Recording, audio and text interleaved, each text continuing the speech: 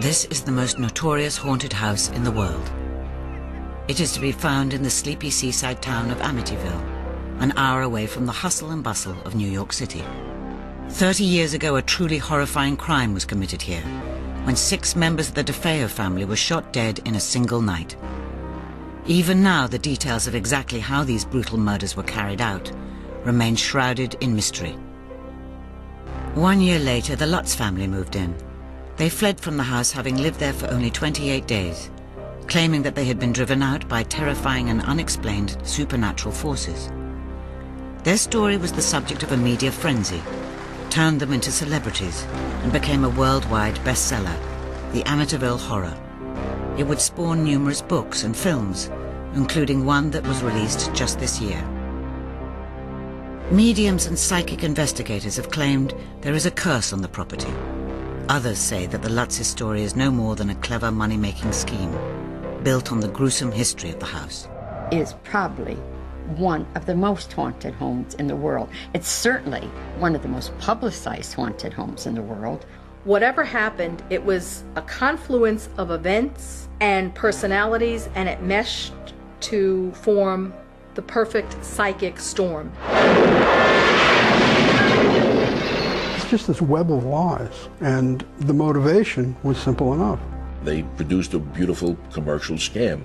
Their version is not a true story, but if they call it a true story, you know, how could you say that they're liars?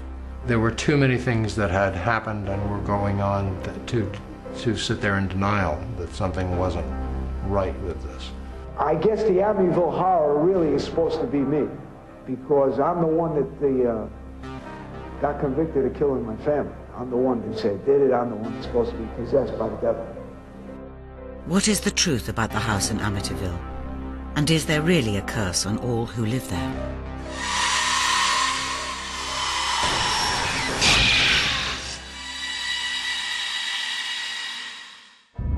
The mysteries and controversies surrounding the Amityville story begin with the horrific events that took place on the night of November 13th, 1974, when 6 members of the DeFeo family, mother, father, and 4 children, were shot to death inside this house. I had an office in the front of my house, and I was sitting in the office, and my friend Al Saxon comes in, and he said, "Rufus, I got something to tell you. You're not going to believe this." He says, "Everybody next door is dead." We saw several of the bodies being taken out. I'm sorry to say one of the children's bodies fell off the tarp they were carrying it in, and I saw one of the murdered children. It was a ghastly but pretty straightforward murder case, or at least that's what I thought at the time. It was just very eerie. It was very quiet, and just a chilling, frozen moment, the kind that you never forget. It's a picture that you keep in your head always. Here you had so-called idyllic suburban family, Italian Catholic. The family had its own business, which was an auto dealership. And of course, with an Italian surname, there are the inevitable whispers about connections to organized crime. A mob killing was quickly ruled out, and the police began to focus on the only surviving member of the family, 23-year-old Ronald DeFeo Jr. George Harrison came, who was chief of detectives over in Suffolk County, and he said, "Can I use your house for a while for our headquarters?" Everybody in my neighborhood was scared to death that there's somebody loose in this town. From the beginning, Butch DeFeo, Ronnie DeFeo Jr., was suspected. He was originally not arrested. He was taken into protective custody.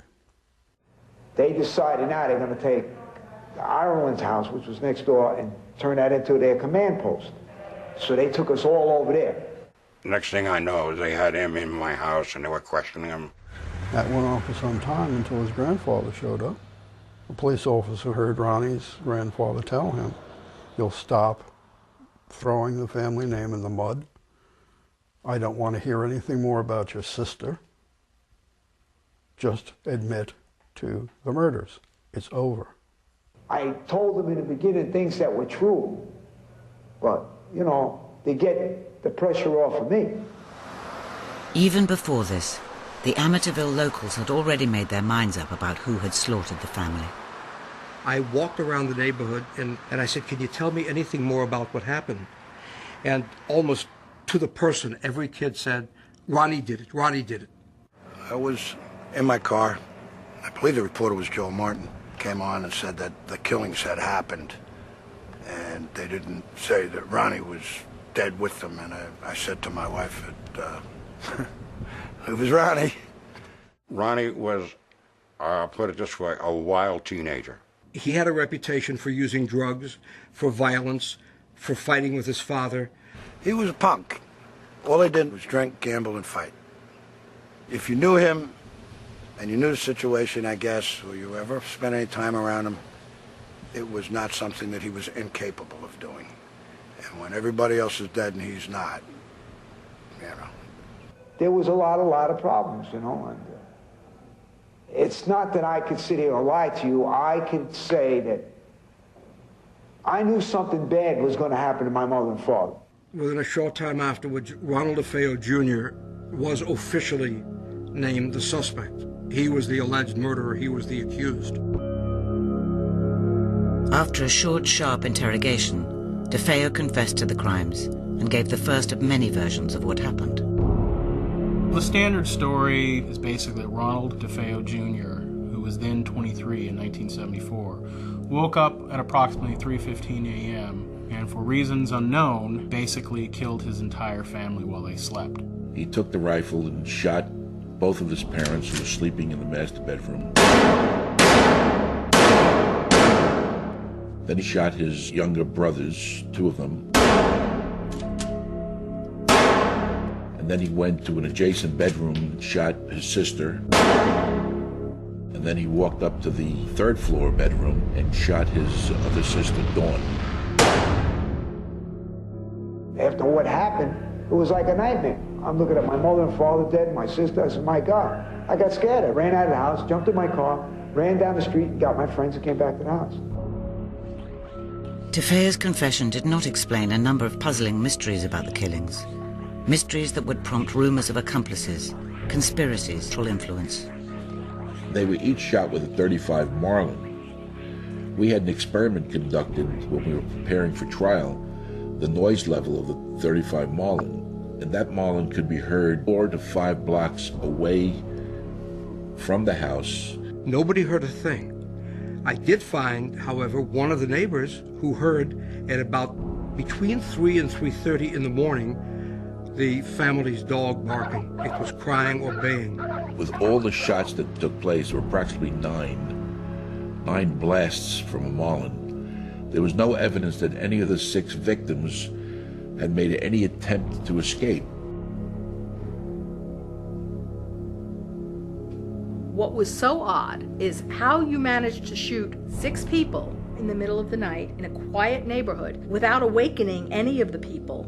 A shotgun blast is pretty loud. That doesn't make any sense. One might argue, well, maybe they were being held by another until Ronnie came around and did what he did. I thought perhaps the bodies had been moved from their original spots. The autopsy reports show that no, they were not moved, that they were in the original places that they were when they were shot. There were no drugs found in the bloodstreams. And again, the victims are found lying face down in death stretch. There seems to be something almost systematic and very methodical about it that would seem to involve in more than just one person. The curious anomalies of the crime scene would provide some eerie clues as to who or what had been responsible for the killings in Amityville.